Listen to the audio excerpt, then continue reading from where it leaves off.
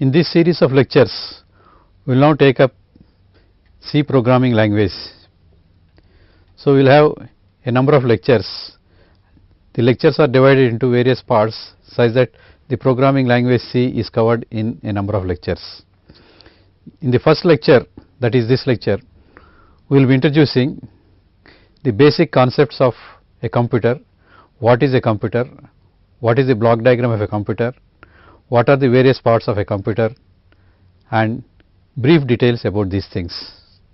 We will also introduce certain aspects like what is a constant, what is a variable, and other things. We will introduce the concept of a flow chart. The purpose of a flow chart is to enable the programmer to understand the program or to understand how to solve the problem. The flow chart will help the programmer to write the program. We will take up two simple flow charts in this exercise.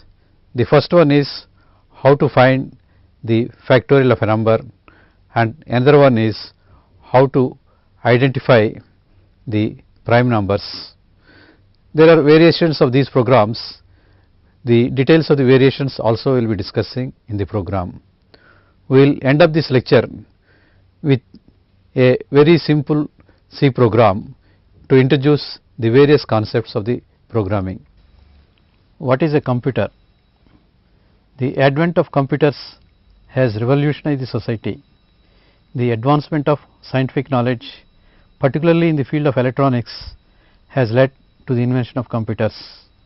A computer may be understood as a machine which can do huge amount of work in a very small amount of time.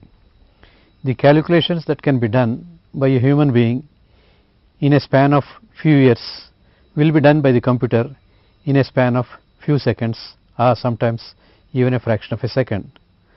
Such is the speed with which computers perform calculations. Now, let us see what is the contribution of computers to society. We will take three examples one by one. The first example is railway reservation.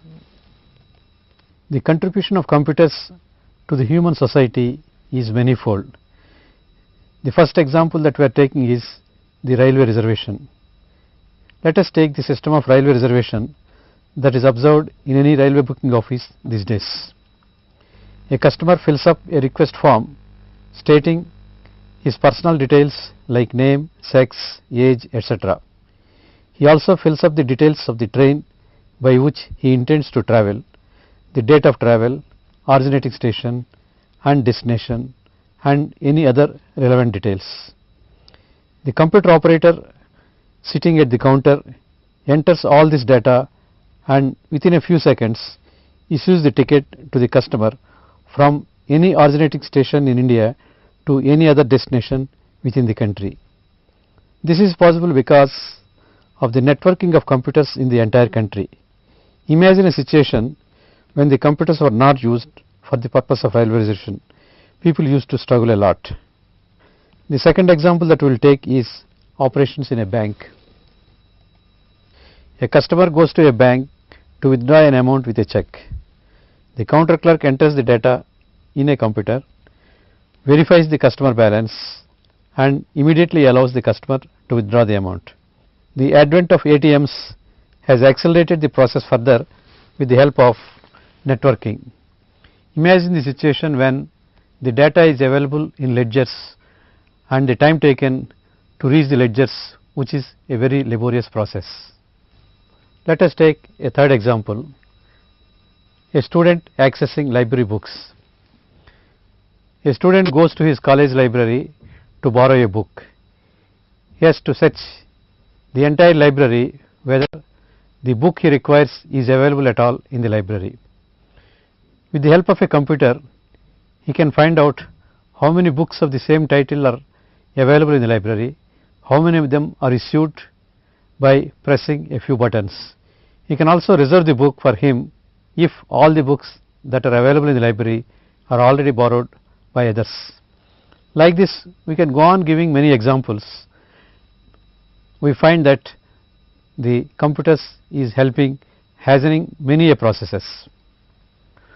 We will now take up the block diagram of a computer. The block diagram of a computer consists of 4 parts as shown in this diagram. It is mainly the CPU, the input device, the output device and memory. Now we will take up each one of these in detail. The components of a computer as given in the block diagram are the CPU, that is central processing unit, input devices, output devices and memory. We will study the details of each one of them. Let us first take the central processing unit. The central processing unit consists of an arithmetic and logic unit called ALU and a control unit. The ALU performs various arithmetic operations like addition, subtraction, multiplication, division and many complicated operations. It takes the data for performing these operations from input devices and the output is provided to the output devices. The control unit provides the sequence of operations to be performed by the arithmetic and logic unit.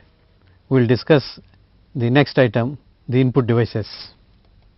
The input devices used by the computer to take data into the computer are many. Some of them are listed. First we will take the keyboard. A standard keyboard used in a computer system has 104 keys. The keyboard enters one character at a time. The characters that can be entered through a keyboard include 26 alphabets in capital and small letters, digits 0 to 9, number of arithmetic operators, punctuation marks, etc., etc. There are many of them. The next one is a mouse. A mouse is a small handheld box which is used to position a cursor on the computer screen. Most general purpose mouses are provided with 2 degrees of freedom and 2 buttons are on the right side and on the left side. Wheels are provided on the bottom of the mouse to enable its movement and buttons are provided to facilitate the execution of some operation. The next device we will think of is a scanner. A scanner is used to transmit the data relating to drawings, color or black and white images for processing in a computer. Once the image representation is entered in a computer through a scanner, a number of transformations can be applied to the image to study the image from different angles. The next device we will think of is digitizer.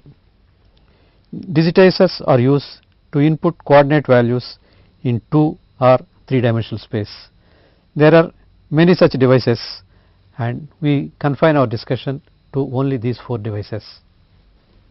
We will now take up the output devices. The output devices are used to present the results of computation to the outside world. The results are presented in a form that a user is able to understand. Some of the devices used for outputting are video monitor, printer, plotter, etc. We will now discuss about these in more detail. The first device we will discuss is a video monitor. A video display of the output can be observed on a video monitor. A video monitor is a cathode ray tube which is designed to display images as well as text oriented data. The output of the computation is observed on the monitor in a form suitable to the user.